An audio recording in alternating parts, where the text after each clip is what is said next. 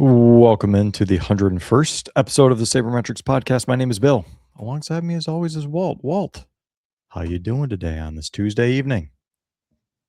Doing pretty good. I thought overall Sabres had a pretty successful West Coast road trip. So it's going to be, exciting to have some home games coming up again and seeing, the energy the crowd brings again, like down the home stretch. Sabres After Dark was successful. 7 out of 8 points. The dropped point in Anaheim.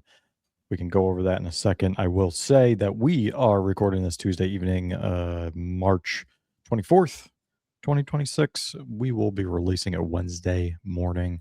Wednesday, the 25th of March, the Sabres will be taking on the Boston Bruins. But let's go over where the Sabres were, which is out west. Had a lot of success. Let's talk about some of those games and a couple things that I wanted to bring up that I noticed. Is there any specific game that you wanted to talk about? I mean, 3 wins is pretty solid. I wasn't actually able to see as much of the West Coast trip as I wanted to this past weekend. I just wasn't able to see as much. But is there any specific game that you wanted to touch on? Well, I just saw it, their last game against Anaheim. I think going down 2 goals there, be able to come back, take a goal lead. Unfortunately, lost that game in overtime, but the fact they're able to come back from that 2 goal deficit and, even go up in regulation, like it kind of shows like the resilience of this team. It feels like it's been so long since like this team has just had a night where they're just completely off and, never in it for a full 60 minutes. I think WGR on the Jeremy White show this morning, they said Sabres have held the lead in 27 consecutive games, which is like a pretty crazy stat. And, just watching this team during the stretch, it's like, wow, yeah, they're really not losing like during these games that much. And at some point every game, even the games they end up losing at the end of the day, it's like they had a chance to win it. Like they had a chance to win that game against Anaheim. That Washington game they lost, they had a chance to win. The Tampa OT game, I mean, they were up with like 30 seconds left. So all these games are in it, and they're showing the ability to come back. They're showing the ability to win in multiple ways, and fighting for an overtime point. That's something we've talked about all the time on here, and they did it, and that's why they have 95 points right now. It's impressive that they have 95 points. It surpassed my highest expectations for the team.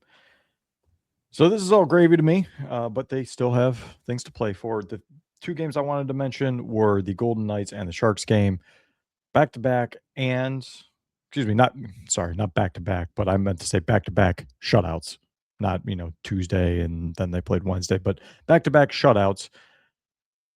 I think it's very important to note that both UPL and Alex Lyon play a different game, kind of have a different confidence level, maybe from the fan base, just because Alex Lyon has been here not as long.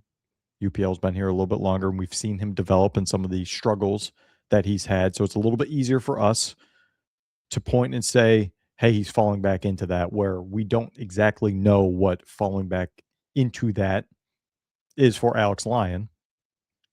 So praise for both of those guys, especially UPL. But then we come and Alex Lyon didn't necessarily have the best game against Anaheim. Still fought. Both these goalies, they're in there until the death. There's no give up from them, and therefore there's no give up from the team. It's fair enough, bare minimum for a professional hockey team. But you can see these goalies fighting. Doesn't matter how many goals go in. You still saw UPL fighting in that Tampa game where he gave up 7. But the reason I brought all of this up was it's a little bit of a downturn from Lyon. It's just one game. It's going to happen. It happens to UPL as well. But did it change your opinion at all on who you would start game 1 in the playoffs, which starting to look like could be at home? I don't think so, because I think as of late, I thought UPL has had more bad games than Lyon, and even Lyon that game made some incredible saves. So I think you got to go with the veteran game 1. I think you have to go with the guy who's been there before, even though he didn't last in that for the Panthers. He's at least been in a locker room of a team that made a run to the cup finals, so he knows kind of what it takes to be a playoff goalie a little bit more because there's gonna be a ton of nerves that first game, especially if that game's in Buffalo. Mhm. One, I think you're really gonna want the most calm presence in that, and I think for someone like Lyon to take that game one start, have UPL get to experience the atmosphere from the bench and step in game two. I think that would be the best strategy for the Sabres at this point. Yeah, I actually agree. So really no notes on that. It didn't change my opinion. Just one of those games, packed schedule, end of a road trip. Very curious to see. They usually say the first game back from a road trip, you can see, your team that's playing well take their foot off the gas pedal. Hasn't happened this season before. They came back from a road trip and I believe won, if I'm not mistaken. See what happens against the Bruins. Still a couple things that I wanted to talk about, specifically on the West Coast trip. Were you surprised that Michael Kesselring didn't get a game? I think I'm definitely a little surprised, especially considering the fact that Shen's gotten games over him at points. So it's like I know you kind of want to give the new guy a look, but at the same time, to have Shen get those games and then never let Kesselring come in. I mean, Mets has been playing great, so it kind of makes sense why Kessering hasn't been playing. But if there's another injury in the Sabres defense group and they're bringing on Shen rather than Kessering, I think that would be kind of alarming for Michael Kessering. So Yeah, it'll be interesting to see what ends up happening down the stretch with him. absolutely. I would agree that if he's getting overstepped in that sense, I would say Kesselring brings pretty much the same thing besides, just that veteran presence, which Shen can still bring in his street clothes, I guess. You see videos of after the game and there he is right along. So he can still help out too. But yeah, I'm a little surprised. Michael Kesselring didn't at least get a game out there. I'm not saying he should have played a majority of them or anything like that, but I understand that Lindy or the coaching staff or whoever is the group, I guess, is coming to the decision that look like we want Stanley and Metza to play as much as possible because it appears that Metz is their number 5 defenseman and Stanley's their number 6 or vice versa, whatever. But looks like they're really trying to make that pairing work. Now I raise a question. In an ideal world, we do understand what's happened with Michael Kesselring this season, not only with like injuries, but just general play. And, it just it looks a little bit like a fish out of water. What's your ideal top 6? And let's be honest, it's your bottom pairing. For that, I asked you about the starter for game 1. What about the defense? Because I'm gonna say, for me, if I had to choose, I'm not going by handedness or anything. It's your normal top 4 that we know and we're accustomed to at this point. I'm gonna go Kesselring, Stanley. And I hate to say that because I'm not trying to disrespect Zach Metza, but I think playoffs is just a different beast, is what I'm trying to say. Do you agree with that? I'm gonna go with Stanley Metza as my pairing. I just think it's crazy how that pair works somehow, but seeing Metza kind of turn Stanley into a positive impact player and not a guy that's been on the ice for some like embarrassing goals against.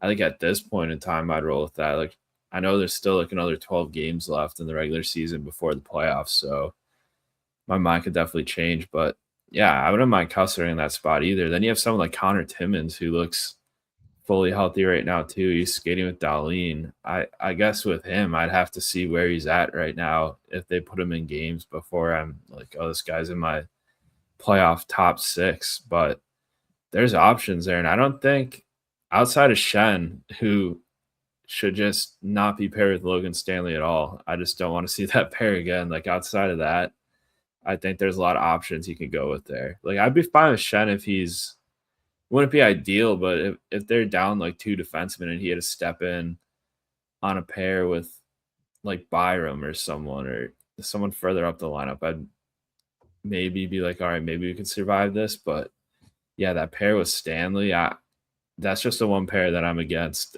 headed into the Yeah. playoffs.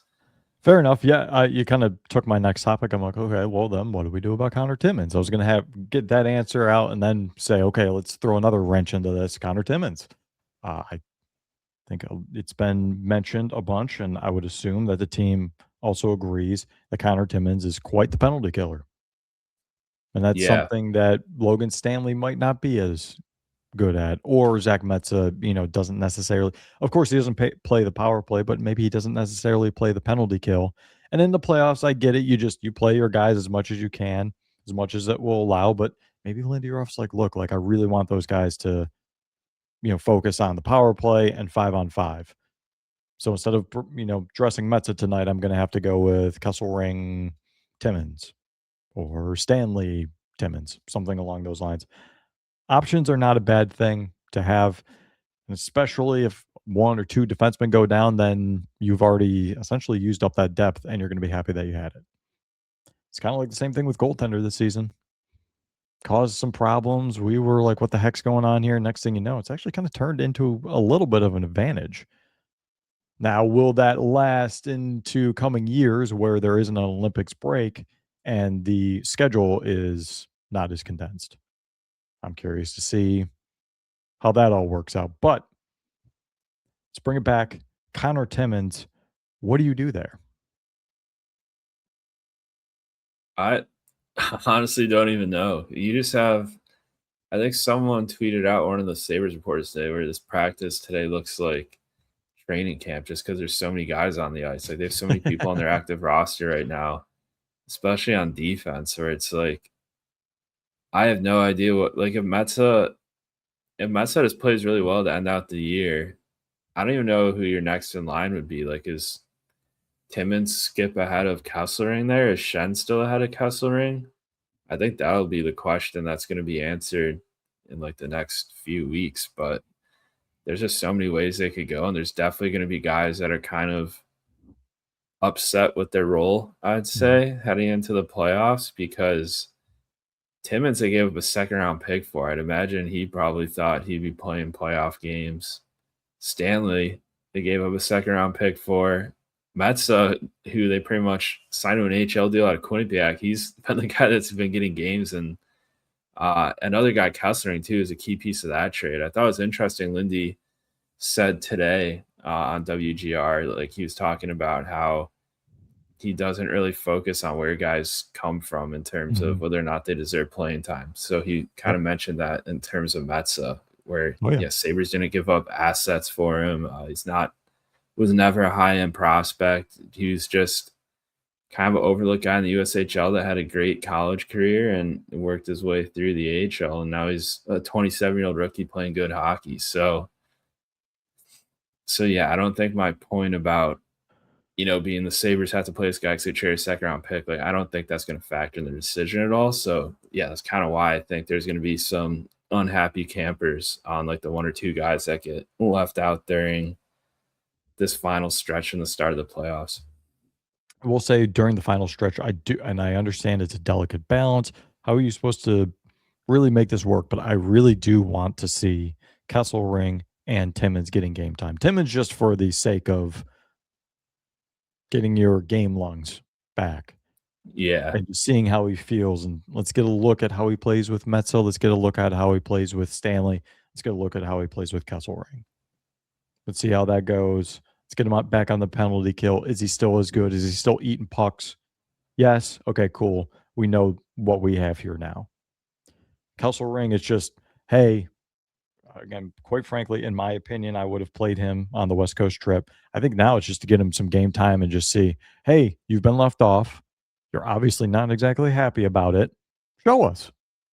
Because, like, if you go out there and you stink it up, then you're just justifying our position here.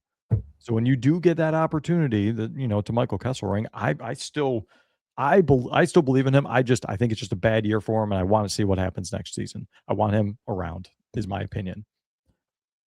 But if you get your opportunity this season and it doesn't go well in these next few games or whenever he gets in, can't justify it. It doesn't matter where Zach Metza came from. It doesn't matter that they traded JJ Peterka for you and Doan. Like, I totally get it where Lindy's coming from. He does not care at this point. First overall pick or last pick, undrafted. They just pulled you out of Tim Hortons. He doesn't care if he thinks you're going to be the best player, especially this time of the season are going to play. So, look, depth is a blessing, and hopefully they don't need to tap into it too much. Is there anything defense wise? There's still some meat on that bone, but we still have plenty of time before the playoffs begin. It'll creep up on us, but we still have a few episodes before then. We can still talk about this defense. Forwards, is there any forwards is starting to get a log jam? What happens when Danforth comes back? Greenway. You have Yeah, it Tyson sounds Kozak, like all these other fourth line players. What happens there? Maybe not necessarily in your top two, maybe three lines. Those are probably set, but it seems like the fourth line should have some guys coming back too. Let's, I guess, round them out to round out this conversation.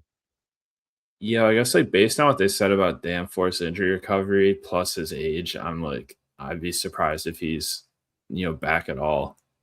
So I guess we'll see Yeah. what happens there. Okay. I guess I didn't. I So kind of thought it was yeah, maybe he'll kind of get in the playoffs kind of thing, or maybe towards the beginning, but maybe I just kind of didn't I mean at interpret it. this point, I think with them adding Carrick, who I think is a different player than Danforth, but they'd both be on the fourth line. I think Center. there's a logjam there, and then Greenway skating today. I have no idea what they're gonna do there. The fourth line's been the Sabres' best line, I think. They're having Most Beth consistent. Mallenstein's had a 60 expected goals for percentage the last handful of games. Who'd have thought that was possible? Dude, they were getting You caved really in can't break too. up that line. We were Yeah. talking about them not being. We're like this fourth line, it was an advantage. Now, oh man, what the heck's going on down there? And then boom, here we go again. Yeah.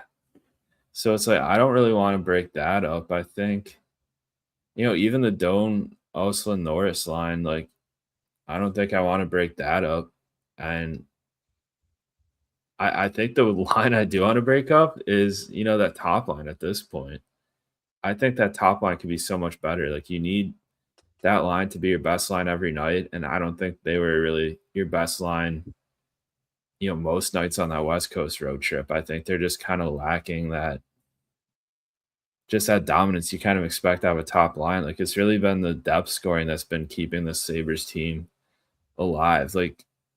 At least in terms of generating danger, because it does seem like that everyone on that top line, Tage and Tuck, still have good point totals, but in terms of consistently just dominating the puck and having long offensive zone sequences, I think the other lines, even the fourth line, has kind of been doing that better than the top line lately. I will say, just maybe devil's advocate, or I don't know, maybe someone's thinking this. They also, I will say that top line, especially Tage and they're probably getting best defensive pairing and best defensive forwards playing against them. I would assume every team's different that plays against them, and I don't know the strategies of, how St. Louis is going to defend Tage Thompson in the first line, or Utah or whoever. But I would assume that's also the case too. And so the Sabres' depth are just winning their matchups. Okay, Tage is going against this line. We're going against this line and this D pairing. Again, there's 3 D pairings and 4 lines, so it's a little bit different, but I think everyone kind of understands what I'm saying. That's the one thing I will say on that. But you're right. What do you do? Is it as simple as taking Benson off that fourth line that is playing well and just putting Peyton Krebs back down there and just let's just go with that?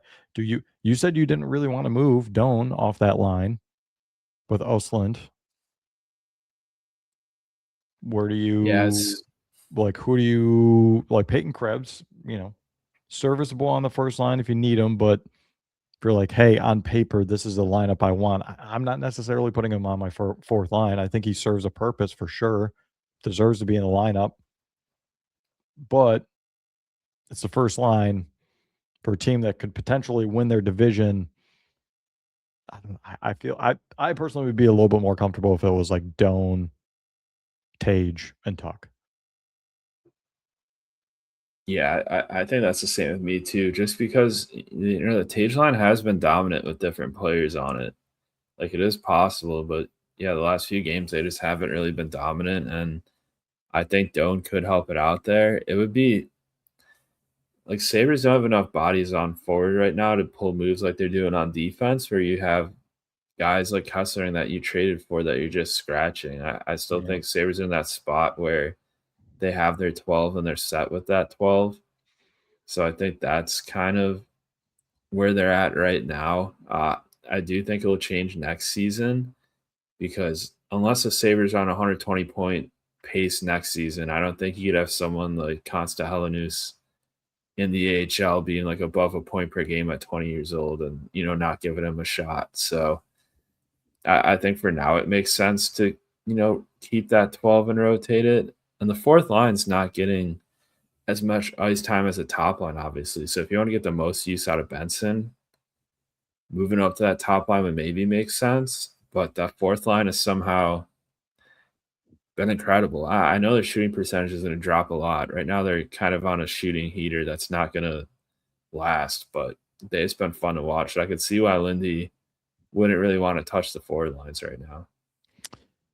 I guess to piggyback off of something you just said at the end there, something I've seen as well that people have discussed a little bit. I've definitely been worried about this as well. Worried, but also enjoying that the Sabres are playing so well. Are you worried about the Sabres regressing at like the worst time? Playoffs come about, the shooting percentage goes down, save percentage goes down. Next thing you know, flunk out of the playoffs. And after this, I actually have kind of like a point on top of that. So do you think, or are you worried about like an ill-timed regression in like just overall, like, I guess, team PDO, if you want to say that? Oh, well, I think it's possible. I mean, you could just look at the 05-06 Sabres. They had, like, right around this time right now, they had a bunch of losses piled up, and then they turned into a winning streak to close out the year, and they went in the playoffs still on a somewhat of a high. So it could happen. I really just hope it doesn't happen in the playoffs. I'd rather, if I'm going to lose 2 or 3 straight, I'd rather it happen right now in the regular season than have it happen in the playoffs. So it is possible. I don't think it's more likely than not just because of how well they're playing. I don't think their past results will impact the future results. Like, I don't think all the luck they've been getting in the past is going to, take away their luck in the future. But yeah, I really hope they don't regress. But in playoffs, anything can happen. Like, you play a team like the Islanders and they got some like Sorokin in that. That's a guy who Yeah. could rob a series. Like, it's just stuff like that when you get to the playoffs is stuff that could kill you. So Yeah. I mean, guess look back at Pittsburgh where they were like, okay, Marc-Andre Fleury, like, you're the guy. Next thing you know, yeah, Matt Murray shows up and he's the guy, and they end up going on that heater and winning in a large part because of him. And you're like, what the Cam heck? Okay. Ward coming in Exactly. 06. Who was it? Was it, at least in my perspective, like, was like kind of not considered the best goalie, but then like really picked it up was like Corey Crawford. And I know it's like easy for me to say that now because of all the like the cups that he won, but like I remember him before the cups, people were like, this Crawford, like basically saying like, hey, he's like, he might be good, okay, but he's not that good. And then next thing you know, he's the I don't want to say the reason why, but he's like a huge piece of that run as well. So um I'm again, I said I had a point after that. I don't know exactly how I want to phrase this. I'm going to do my best. Do you think one good season solves the stench that was around this team, or do they need to at least win a round or two in the playoffs? And again, I do want to say that like Buffalo will always have that quote unquote stench because it's cold. I'm still wearing a sweatshirt and sweatpants. It's chilly outside. I have to wear a jacket. Yeah, palm trees, blah blah blah. We can say, yeah, fine. We get it. We already know that. We didn't need it to be reminded to us. That's probably where people got the most upset. At least I did. I was like, man, we know. Okay. So there's going to be that. But essentially, do you think they'll be lifted off of no movement clauses, no trade clauses? Has this one good regular season? It's been a great regular season. I've had a great time. It's not over yet either. We're still going to have a good time, I hope. Do you think that solves it? Or do you think it's like, do you think NHL players think it's just a flash in the pan? Or do they really see this is a young team? They're only going up from here. I mean, I think it completely solves any of the stench they have on them right now. I think that Completely. goes away with. Okay. I think so. All right. Like I'm just thinking about that 8-7 Tampa game. Like the amount of players around the NHL that are talking about it. They're like on guest on podcasts. Like the Sabres were the talk of the league, and I think that first home playoff series, the first home playoff game, that's going to be I'm gonna such a bring it. crazy atmosphere. Yeah, it's I'm just worried. going to be. It's just going to be just stuff where the league's talking about Buffalo in a positive manner, and I think for a market like Buffalo to survive in the NHL, it has to be that like small local crazy rabid fan base to survive. Like that's what guys kind of want in some circumstances. Because you look at junior hockey, college hockey, even in Europe where some of these teams are in smaller towns. Like these guys are used to playing on smaller town teams with like a rabid fan base backing them up. So I think Buffalo kind of has that same vibe for players. And I think, the fact that it's, just that small city feel, like you could be a hero here. The home games are crazy. You kind of feel like a celebrity relative to maybe playing on some other teams.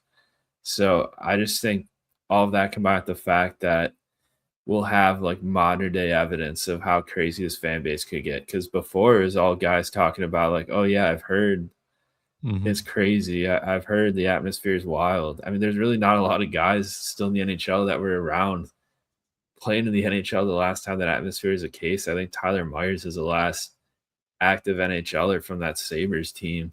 Yeah, I think So, yeah, I so got yeah, you. these are like it's almost like folklore at this point. What Sabres playoff games were like, just because it was so long ago. So now that we'll have modern day evidence of what those games are like, I just think it immediately comes back as a market, and people will forget. And maybe not completely, but like 95% forget about the past. Again, Buffalo still might show up on those just because guys wanna play in warmer climates, or they wanna play on the West Yeah. Coast because that's where they plan on spending their career after hockey, or I mean, maybe those are even those are the guys I don't want though. I think it works out in the yeah, Sabres' favor because you want yeah, guys that want to come in here and play yeah, hockey and prove themselves. yeah, and I was gonna say, like, on the opposite, there might be guys that take Buffalo off of it because they're like, "I'm from Ontario, young team. I don't exactly I it's not a conversation I wanna have now, but I don't exactly know what they're gonna do at coach. I don't really feel like talking about that right now because Lindy's doing a good job right now. I have my opinions on that. I will save that for another episode. I think it goes both ways. I think when I say stench, I think it's vastly depleted, but I think it's still a little bit there because, and I'm not trying to compare the two franchises to markets, to teams, whatever, but I think some people are like, "Hey, look, like, is this like a Maple Leafs thing? Great regular season, can't get out of the first round. Or if you do, you make it out of the first round and then immediately get smacked around." And like, there's only one way to find that out is actually go through it. But again, I think there might be the few guys in the league that are, they're considering it, but they're like, I'm still going to put it on. Let's see if they can do it again. Now, like you said, if you don't want to be here, that's fine, because it's looking more likely that more guys will want to be here, I'd assume, after you have this kind of season. And it's a young team. Everyone's having a lot of fun. Building's going to be nuts. So, I don't know. I'm curious to see that. There's really no definitive answer. If you say yes, everything's better, I can make that argument. No, there's still going to be issues because of it. I can understand that too. So, Walt, trying to decide which way we want to go. My notes today are all over the place. A lot of scribbles, a lot of handwriting that would make a doctor proud. The Sabres were described as by one NHL player, an anonymous NHL player, definitely not from Tampa, that described the Sabres as playing river hockey, which, first of all, I didn't actually understand, but they're basically saying pond hockey, non structured. Yeah, great. You can do this in the regular season, but this isn't real hockey. What are your thoughts on that, Walt? Well, first thing I thought was like they're saying river hockey, they got to be from like Ottawa or something. That's like the one place I think of where they'd be playing hockey on a river rather than a pond. I haven't looked up the Lightning roster to see if they got any guys from Ottawa or Quebec on there. Quebec's got some rivers up there too. So, Okay. but yeah, my suspicion is that it's a Tampa player. It's definitely someone that's kind of butthurt from the Sabres as of late. I mean, at least that's what it sounds like. It's kind of like a backhanded compliment to this team, and the fact that this came out like right around the time they gave up 0 goals in 2 full games, I think was like perfect timing because it kind of shows, the Sabres can play that river hockey where they win like the 8-7 game against Tampa, where they come Yeah. back and tie things with Anaheim, but they could also kind of muddy things up if things aren't going their way and win those close games, like the shootout game against Toronto, the Mhm. the 2-0 win, the 5-0 win, just shut things down. So yeah, it's definitely. I mean, once you have other players talking trash about your team like that, I feel like it's a good sign. I'd agree. When you have so many players that hate Zach Benson as much as they do and Rasmus Dahlin, you're probably Yeah. doing something right too. I mean, Braden McNabb is a big boy, and he knew exactly what he was doing, and he knew exactly who that was too. And he's like, I'm destroying this man. So I don't even want to call I'm destroying this kid. Benson's still a kid, man. They're celebrating what, like 200 NHL games. I'm like, I don't. Can he drink yet legally? Not yet. I think. Yeah, I think he's like a late spring Yeah. birthday. So not So yet. crazy. Yeah, I disagree with the whole river hockey thing. I think that they win, they find the way that they're playing that evening, and if they're like, okay, we don't have it, maybe they lock it down a little bit more. Hey, we're feeling good. We're seeing opportunities on the transition. Yeah, maybe they play that little bit more river hockey. But guess what? It's resulted in wins. And even if you want to say they're on a shooting heater and a save heater, take a handful of games away from them, they're still what, high 80s in points or something like that, with time to spare Yeah, and kind of where I thought they would be. So look, man, like you can and they say what weren't you terrible want, at but 3-on-3. They'd have another few there too. yeah, dude, 3-on-3 hockey bugs the crap out of me. I'm not a fan of it. I totally understand it. I don't really want to get into that debate anymore either. We did win gold because of it, but I don't know. Not my favorite. Um, Sam Carrick. Let's talk about him. I didn't see this coming. I thought, okay, cool, good depth. I was thinking maybe a couple goals, maybe for the rest of the season, maybe a couple assists, maybe he'll drop the gloves, a lot of face offs, and then in the playoffs, there's always that guy that steps up, and who knows, is going to be like Peyton Krebs this season. In the first round, he has 3 goals and 2 assists, and he's playing out of his mind or something like that. That always happens in the playoffs. Maybe it's Sam Carrick, but dang, I mean, he's hit the ground running. Is this the ideal when you trade for a player? Of course, when you trade for a player, it could go poorly too. I guess maybe look at what's happened to Michael Kesselring. It's not necessarily his fault. He just had a lot of injuries. Now he's fallen out of favor. Didn't exactly play great when he was in there, but he was fighting through stuff. And now he's upset and blah, blah. Like, yeah, sometimes it doesn't work out, but sometimes these trades, you're like, wow, this went better than expected. Would you agree that Sam Carrick has been a better than expected acquisition to this point? Oh, I think absolutely. I think even just the fact that he's a face-off guy, that alone filled a role. Also, a veteran presence. He's been to a Stanley Cup final recently, so he really knows like what it takes to kind of be a leader. He knows what it takes to be like a fourth line guy that's tough to play against. He's like seamlessly fits into that role because the Sabres, if they didn't have that depth, then say a few forward injuries did happen and Danforth and Greenway weren't ready to go, they'd have to look to Rochester guys to fill out that fourth line, guys who haven't played this type of hockey before. The fact that we could have Carrick, who's in his 30s, has played the style of hockey, I think it's huge. And I think the goals at this point are just a bonus. And the fact that that fourth line's actually working now is awesome to see. and he has a maple syrup farm with his brothers. Like, there's so much to like about this guy. That's a super likable thing to have. It's like Josh Allen and his Like cantaloupe. cantaloupe. It is cantaloupe. I almost said avocados, Yeah. which I knew was wrong, so I'm glad I didn't. But let's just look at a couple things here. Sam Carrick, 57.1% in the faceoff dot for the Sabres. Now, he was, 53.9 it says here for the Rangers. So his season average, obviously, between those two. But for the Sabres, he's doing very well in the faceoff dot. 5 goals in 9 games. That's crazy. I mean, like, he has 9 goals this season in 69 games. His career best was 11. I could see Sam Carrick scoring a couple more goals this season and tying his career high. Yeah, the fact that I think, like, looking back at some other Sabres deadline acquisitions, like, remember Rafi Torres had no goals for the Sabres. I'm looking at Brad Boys right now. He had 5 in 21 games. Yeah. There's it's okay. It's okay. It's not a not lot of great by any means, success. but it's all right. Yeah, It's from just deadline acquisitions.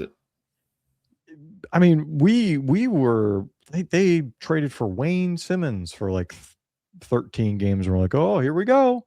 But like these were actually genuine ads, and they didn't break the bank. And we went over that again. If you want to go see that talk, go check out our trade deadline live stream and our kind of like initial reactions to that. But they got depth where they needed it, and I think it's worked out in Carrick's case very well, but just well in general. Yeah, is there stuff that Stanley's done where you're like, oh, great, or like, yes, of course, the Stanley Shen pairing wasn't great, but they have the depth.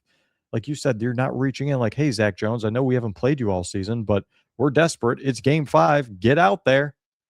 No, they don't necessarily. Well, who knows? They could end up doing that. Just look at the team where Rory Fitzpatrick was, defenseman number 1. But I think I've mentioned that on like 4 straight episodes, by the way. So you're welcome, folks. New shtick landed. But I think people can kind of square that circle of like, look, this Parayko, Robert Thomas, but that was a good trade deadline. They got what they needed. They're seeing some pretty good returns on Carrick. Overpaid, I would say so. I think the Sabres can overpay one season to acquire some players. I am so sick of giving away the best player and getting draft picks back, or getting a prospect, or getting like a lesser player and like a package for more people. No, here's some draft picks. Here's some guys that just don't really have a future for this organization. Let's bring in some help. Vote of confidence for the boys. Veteran help too. They need a little bit of that. Doesn't hurt. Excuse me. I shouldn't say they needed that. I would say it doesn't hurt. All right. There's really no transition to anything else to talk about. So, Walt, dang, that's actually everything I got covered. We did that pretty quickly. Anything else? I mean, we can keep riffing, or we can just send it for the folks. But anything else? It's like a flow state podcast episode.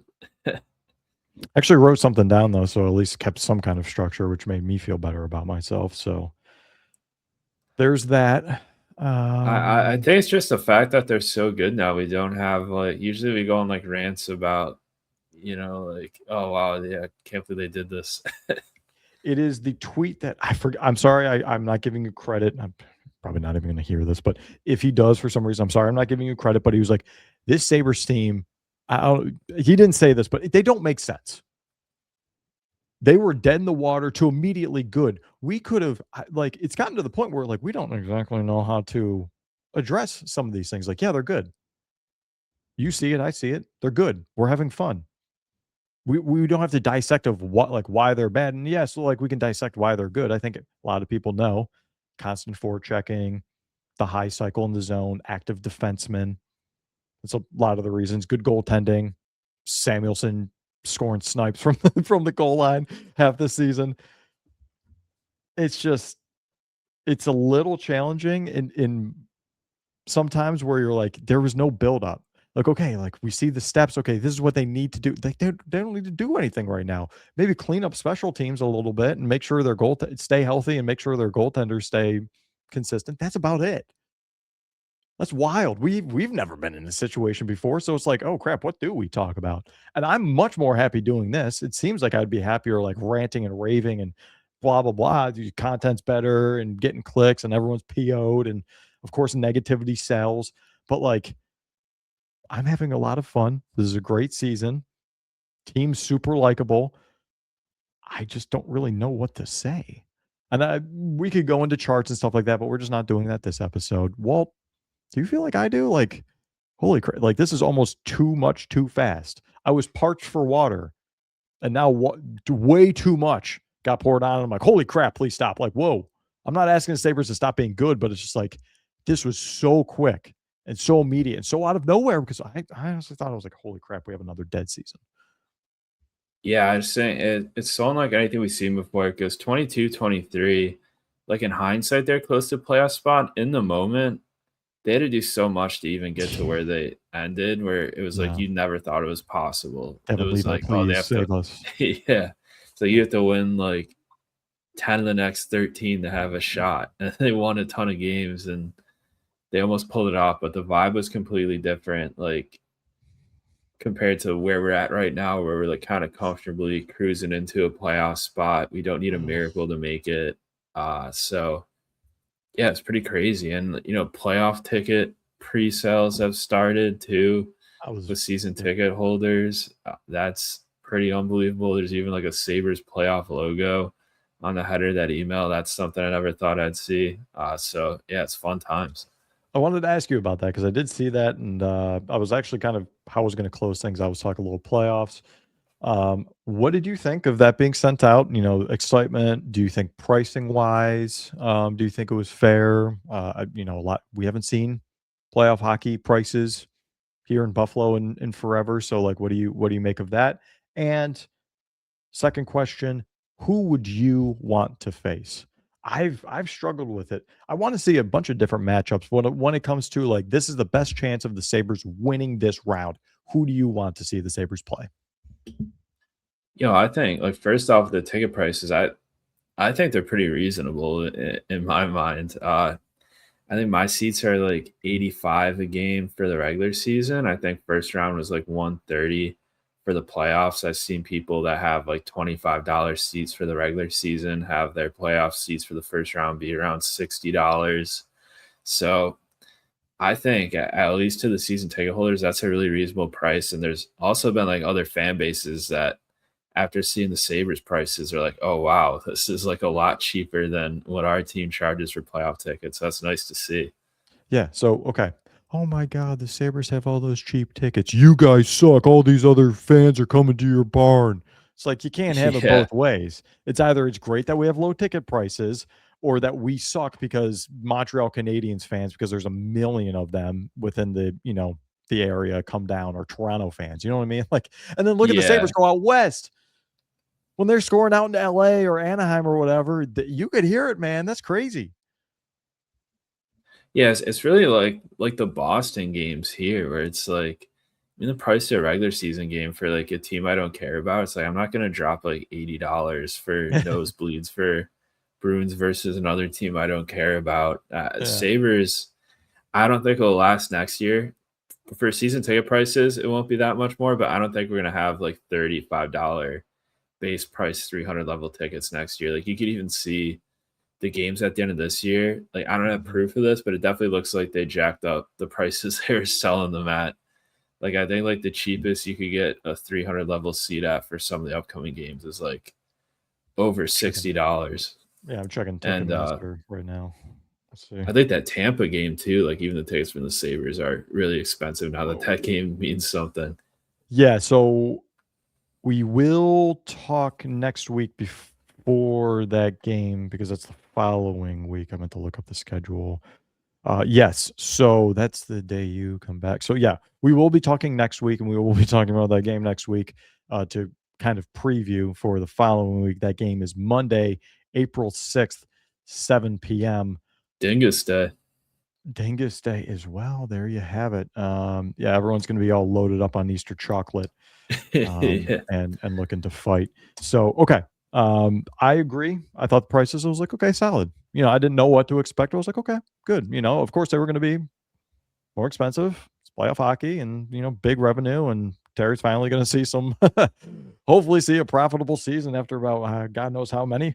Yeah, But resale could be crazy though, because I've had so many people yeah, it's like in true. my replies and being like, "Oh yeah, I'm like coming in for this game. We already have like hotels booked." Like, I don't really think selling to, you know, God forbid they play Montreal. I don't really think that's going to be as much of an issue this time around, Yeah, just Montreal, they'll because still I get in. think, They'll still get yeah, in. they'll still get in, but I think Sabres fans have a higher, bottom line price they're willing to pay than they would for a Tuesday night game in January against Montreal. So That's true. it's going to be a crazy atmosphere regardless. It's good. I'm excited just because I went to the Sabres last home playoff game. I barely remembered it until I watched highlights of the game, and then I was like, Mhm. "Oh yeah, I kind of remember this now." I was in 8th grade. I went with my dad. I really thought Sabres were going to beat the Flyers that series. But yeah, it's crazy how Me long ago too. that was because it's like I I needed highlights to like remember what happened during that game. And Dude, just yeah, usually I'm someone that remembers all the tiny stuff. I know it's like a thing that gets posted, and I love it. But the Better Days thing, just look at the video quality on that. That's Yeah, that's I how long know. ago, like the last cool like playoff thing came about. Like, oh my god, Yeah, or oh like the man, styles and yeah, stuff, or yeah, versus network, baby. Like yeah. for or OLN or whatever it was. But yeah, okay.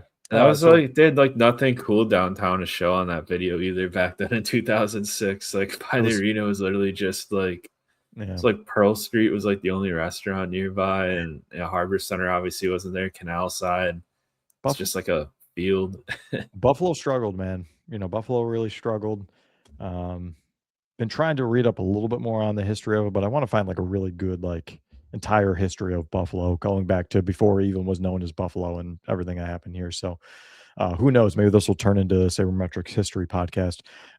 But yeah, it's real. I'm really excited to see because like I've always found like the content team pretty good. Beyond Blue and Gold's pretty solid, and it seems like Yeah, the I find the it solid admins are having now. fun. Like when they had Kevin Adams, I like couldn't even sit down and watch some of that stuff Oh, I because did. It wasn't my favorite, but I did because I still respected the video, like the quality of what they were doing. I still thought it was pretty cool. So yeah, but it just felt like Sabres propaganda network for a while. I mean, it could still be, but now I give them the benefit of the doubt because they're winning. I was explaining this to someone earlier, where it's basically like, yeah, like there's going to be a lot less fights about like, oh, this you know, former player is wearing a knockoff jersey with his name spelled poorly. Like, no one's really gonna care if they're, like, Yeah. going into round 3 of the playoffs, you Well, know? Like even all their details though, with all that stuff's gotten so much better somehow. Like I know they still haven't changed the True. signage, but their social media team, even if they weren't good this year, they're having a career season this year. They gotta be having I fun. think their game day presentation too, like the intro music, the mixes they have, the in-game music, the in-game presentations, like all that Agree. stuff got good before they got good. And it kind of goes back to my point where I was talking about how the little things the organization kind of add up even in the hockey side of things. So like ignoring repairing the arena or hiring good social media people, like that stuff kind of, impacts the rest of the organization because it shows how the organization treats the hockey side of things, so they're not treating the fan side of things well. So I think I don't think it's a coincidence that all this stuff got good and then the team got good. I do think this year was the first year that kind of really focused on trying to, actually build somewhat of a winner. And still, I have to say it, I still can't believe how I felt. Well, first opening night with just how bad of an egg they laid Yeah, that was against the Rangers. terrible. I would come to find out the Rangers stink, but just against after that Calgary game specifically in December, where like I I feel nothing. This team has killed I my booed this spirit. team in Boston. I think it was Yeah. like one of the first 5 games. I think they Yeah. had 2 shots on goal the first period. They It's the got outshot like second game. 16-2. Pretty sure it was the That was second game of the yeah, that season. was No yeah. mercy. That was just that was honestly I don't even regret booing that team. Maybe it motivated them because that was abysmal hockey. Like that was embarrassing. And I think the reason it was so embarrassing is because I knew the team had the ability to kind of be like they are right now. I knew the talent they had.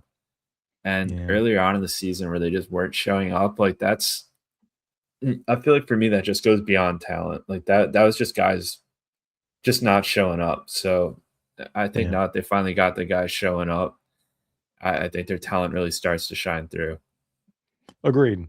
Last thing, it was that second question I asked you. Who do you want to see the Sabres play in the playoffs? I'll just keep asking this towards the end of each episode, and we'll see kind of how it changes.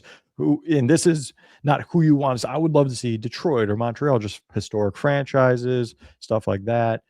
But Boston for the rivalry, I can make a case for pretty much every team except like freaking like Carolina or something like that, or whoever. They're not going to play them in the first round, but whatever. Who would you want to see for the Sabres to have the best chance of making it out of the first round? I mean, I'm gonna ride with this answer throughout the rest of the season. It's Detroit or Boston for me.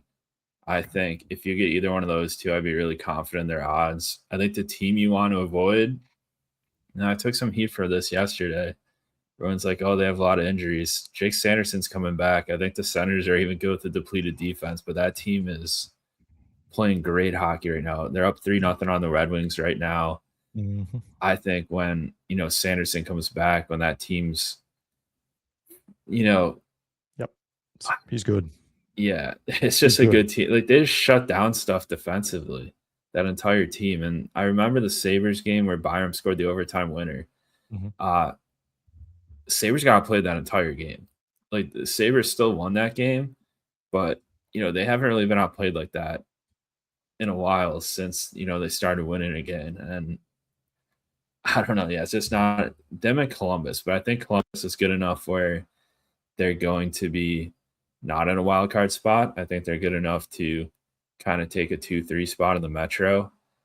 But yeah, for me, I think easily Detroit or Boston. Boston gets outshot, outchanced at 5-on-5 every night. Like, sure, they could have a goalie that gets hot, but if you're the Sabres and you're outchancing a team like that, the Sabres are a hard team to kind of rein in when they're dominating the puck. And I think we saw that in the game. I think it was around Christmas when the Bruins came to Buffalo. Sabres just absolutely dominated that game. So they'd be my first choice. Red Wings at 2. Avoid Ottawa. Montreal would be a little scary. Wouldn't be ideal, but yeah, I think Detroit, Boston. Then you could even go if you want to go like Metro teams, like they could somehow play the Islanders. Like if that could work out somehow, that would also be a team I'd be interested in playing. But Sorokin scares me Yeah, a he little bit scares at the me, and same time. I have PTSD from that frickin' season, the COVID season where we had to play him 8 times and lost every Oh single game, yeah, what, 5-2 or whatever? Oh my god, Hudson Fasching, that COVID season. Looking back at that, that had been like the most depressing schedule. That was like every boring team in the NHL is in the Sabres oh, it was division. brutal. Like you had to play Pittsburgh, the Islanders, the Capitals, who I guess were still like somewhat exciting to watch then, but it's all like Yeah. teams with aging stars or teams that played with the Islanders. It was just depressing. That was awful. Awful, awful times, but I agree, if I had to really rank them, it would probably go Boston, Detroit, Ottawa, Montreal, Tampa. It's probably in that order, and I know I'm missing some, but, like, just in that order, and again, like, I say Boston now, and you get what you wish for, and next thing you know, they get Boston, and it's ugly, and you got Boston people in your face, like, "Oh, what about it now?" But, like, look, like, maybe some other teams are saying, "Yeah, we wanna see Buffalo too, because we think it's their easiest out." Fair enough. I wouldn't necessarily agree, but fair enough, you're allowed to think that way. So, Walt, I will that's a say lot. selfishly too, I kind of want Boston because Oh, I'd be yeah, able to no, go to yeah, the yeah, be able to just take the train to the road games. But I wasn't yeah, even planning on leaving Buffalo the entire first round, so I'd have to change around my travel plans for some of that. Maybe travel with the mm. team. Yeah, yeah, grab on the charter with them. Is that Walt in the background when they're doing their pictures of Yeah. them getting on the plane? I'm like, yeah, he's got his Chipotle in hand. He's out of here, folks. Oh man, Walt. The new Sabremetrix blog. I didn't bring this up at the beginning of the episode, so hand up accountability on that one. Bad at plugging ourselves, hence why we don't have advertisements on this podcast. Because knowing me, I'd forget them.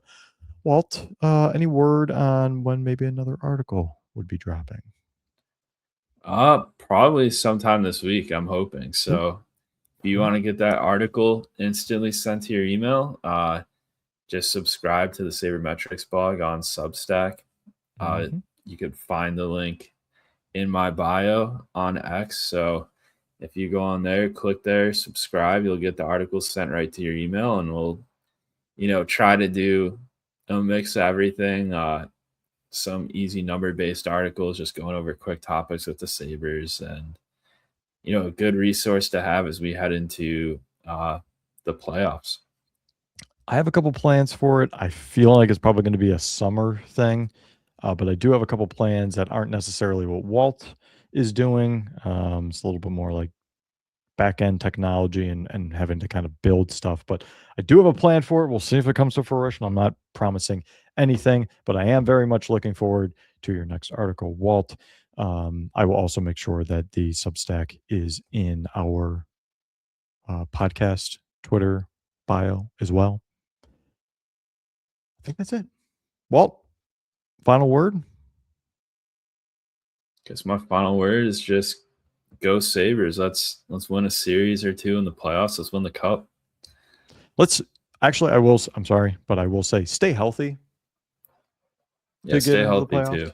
Don't start dropping like flies now, please. And We have that everyone, depth though. everybody. It barely Yes. matters anymore.